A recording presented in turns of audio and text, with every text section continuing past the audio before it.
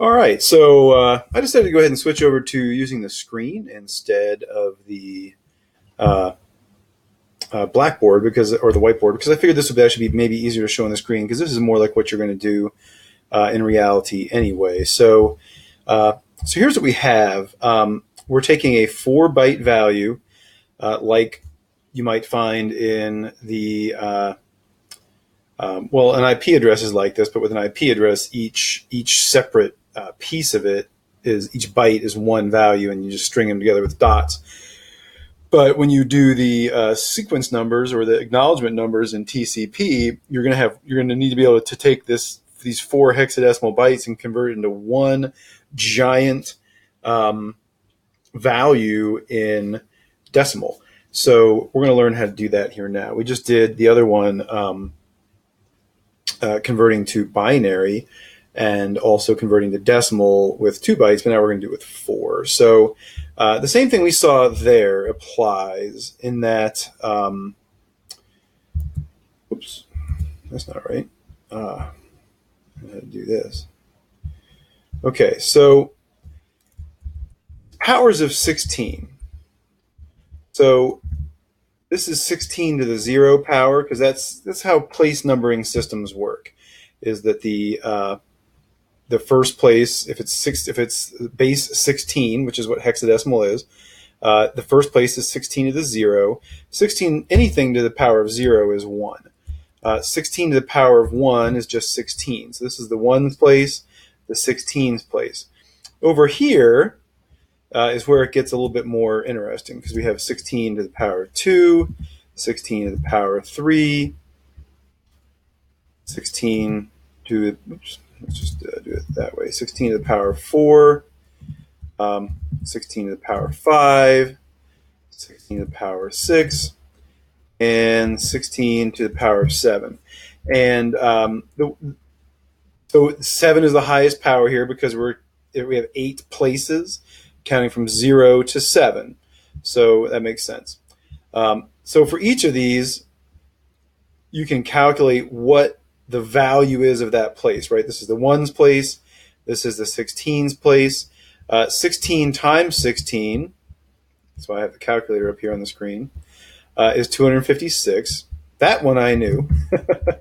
As well as multiply by 16 again, it's 4096, right? Multiply it by 16 again, and you've got 16 to the 4th power. It's 65,536. I'm going to start putting some commas in here to make it easier to see the thousands, and I'm going to have to decrease the font size of this row because it's about to get really big. Times 16 again, and it's 1,048,576. Multiply by 16 again, and you've got, sensibly enough, 16,777,216. And then multiply by 16 one last time, and you've got 268,435,546. And there you go. That's okay. Let's shrink it down a little bit more yet. Okay, so there you go. That's what the values are, right? So just like in the numbers we're used to, you got the 1's place, the 10's place, the 100's place, the 1,000's place. Here you've got the 1's place, the 16's place, the 256's place, the 4,096's place, and so on. So there you go. That's what you get. So the way to do this then is for each of these, you just have to figure out what the value is of the digit and multiply it by whatever place that is, right? So the value in this place is 2. It's in the 1's place, so 2 times 1.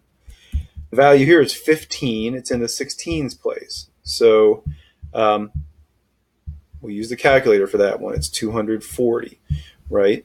So again, we're doing this with just a regular calculator, no programming calculators, all right? This is in the 256's place.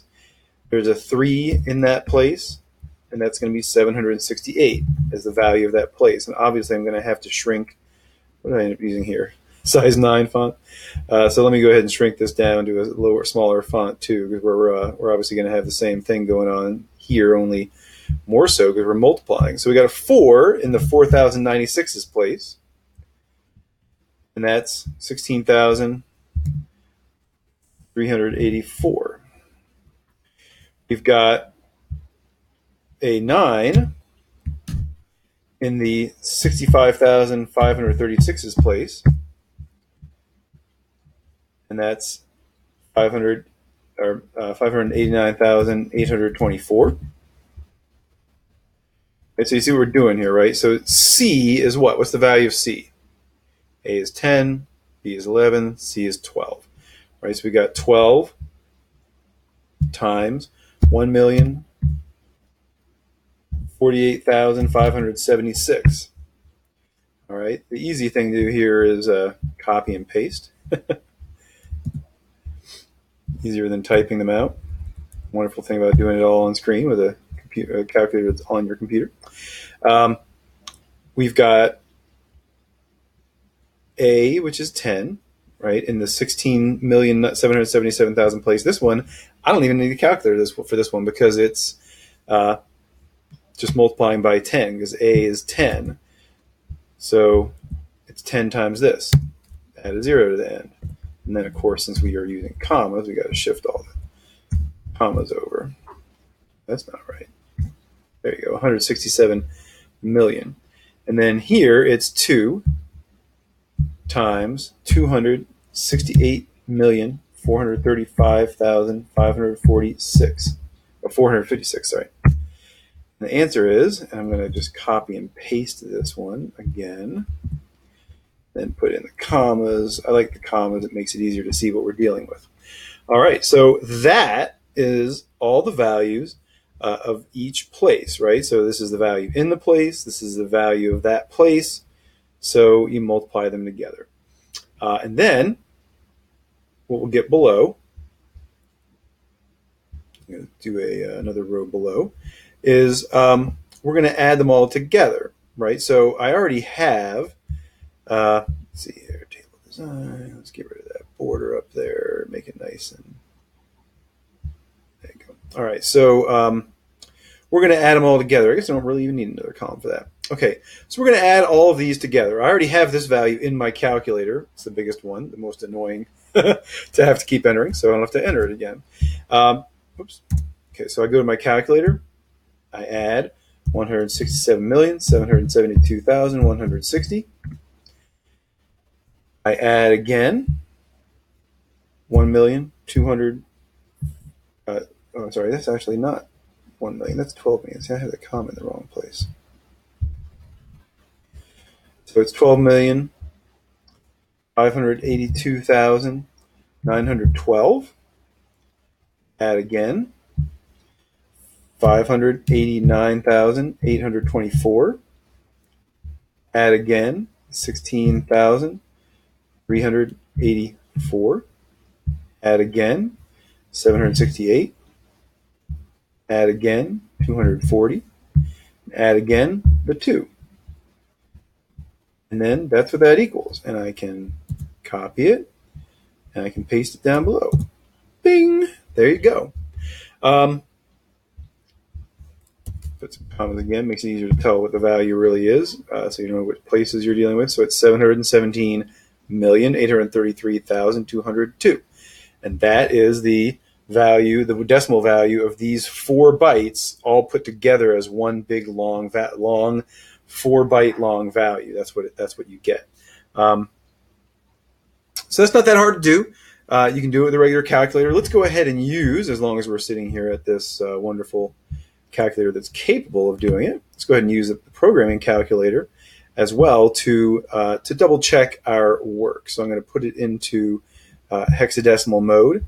I'm going to type in our number 2AC943F2.